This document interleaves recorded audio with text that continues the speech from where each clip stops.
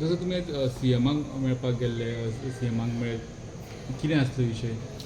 ते कात्या कुएलो म्हणून आमचे गोल्ड मेडलिस्ट आसा ती wind surfer.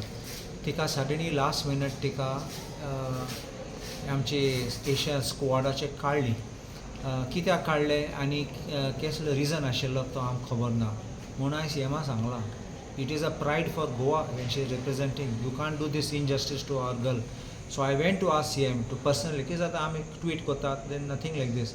I felt that it's my duty to go and call upon him and make sure that he will. So he told me that he is going to speak to Anurag Thakur, and but I hope that he does this in the evening because pressure of work for chief minister. But I told him I want result.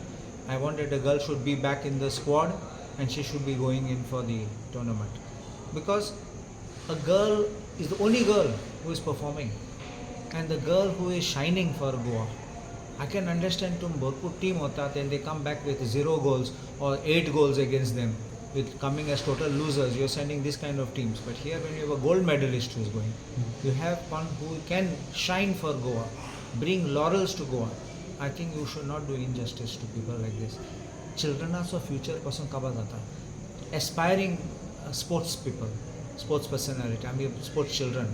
So they want to reach a certain level, certain mark. If you have this kind of frustration, they will leave. There will be no more charm in going in for sports. And in sports, there should be no politics. So I believe that you should be fair, and the government of India should reconsider the decision and make sure that she's back on the squad, and she should represent our country and bring laurels for Goa. सो ती पहिली qualified असली न्ही ती Qualify झाली. मागीर नाव काडलें. Last minute आशिल्ली, and suddenly now she was removed. Okay